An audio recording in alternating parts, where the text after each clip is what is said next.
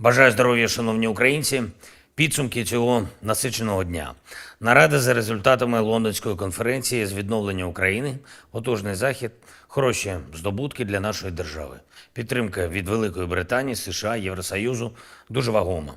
Програми довготермінової підтримки на перспективу, на роки вперед. Близько 5 сотень світових компаній, сильних компаній мають інтерес до інвестицій в Україну. Чітка підтримка членства України в Євросоюзі. Політично нас вже так сприймають, як члена Євросоюзу. Окремо ведемо роботу над механізмом конфіскації активів держави-терориста та пов'язаних з нею осіб. Я дякую усім, хто готував конференцію та брав участь у її роботі. Це дійсно важливо. Дуже змістовне засідання РНБО сьогодні було. Щодо нього я вже окремо звітував.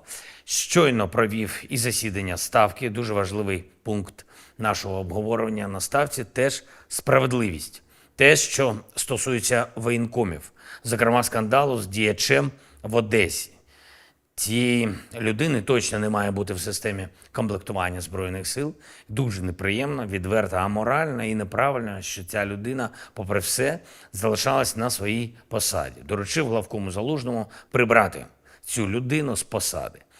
І першому заступнику міністра оборони України Павлюку доручено організувати перевірку всієї цієї системи воєнкомів. Шкода, що увагу і час Ставки доводиться зараз витрачати ще й на такі питання. Звичайно, дуже детально розглянули ситуацію на передовій, всі основні напрямки, постачання боєприпасів, артилерія, все, що потребує уваги Ставки на сьогодні. Доповідали командувачі, генерали Залужний, Сирський, Тарнавський, Москальов, віце-адмірал Неїшпапов, генерал Малюк, урядовці – всі. Мав честь привітати із випуском офіцерів наших військових навчальних закладів, одразу 6 вишів Харківського національного університету повітряних сил, Військового інституту танкових військ Харківської політехніки, Військового інституту Київського університету імені Шевченка, Військового інституту телекомунікацій та інформатизації імені Героїв Крут,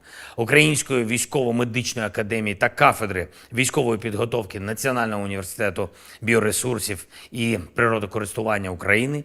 Дякую кожному і кожній, хто обирає для себе бути українським офіцером. Та бажаю 2 абсолютно фундаментальних речей: якнайбільше знищити окупантів і якнайшвидшої перемоги. І ще 2 речі. Сьогодні в нашій державі відзначається День державної служби, день тих людей, без сумлінності яких не буває ефективної держави. Звичайно, нам ще треба багато зробити, щоб державна служба в Україні наблизилась до тих взірців, на які ми орієнтуємось в своїй політиці. Але зараз я хочу подякувати усім тим нашим людям, які за наявних умов і за наявних ресурсів у державі роблять все, що від них залежить, щоб держава була ефективною. Я дякую вам, кожному і кожній, і вітаю з Днем Державної служби України. І, звичайно, фронт.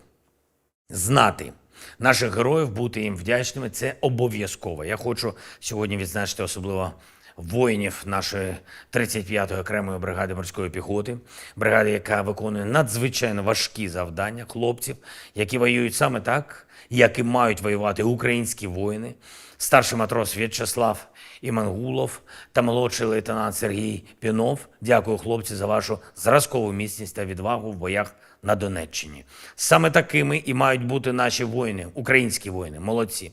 І прошу кожного і кожну, будь ласка, вшануйте пам'ять 2 наших десантників 35-ки, особливо хоробрих, особливо сильних. Вони віддали життя за нашу державу, за наших людей. Саме зараз в боях у червні і Україна має їх пам'ятати. Капітан Іван Коцур, вічна пам'ять.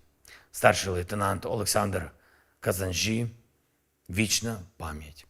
Хай перемога України в цій війні і успішна трансформація наших державних інституцій в такі ж сильні та ефективні, якими є наші воїни. Хай це буде найкращим вшануванням пам'яті усіх наших героїв різних часів, які боролися і загинули заради свободи та сили України. Слава Україні!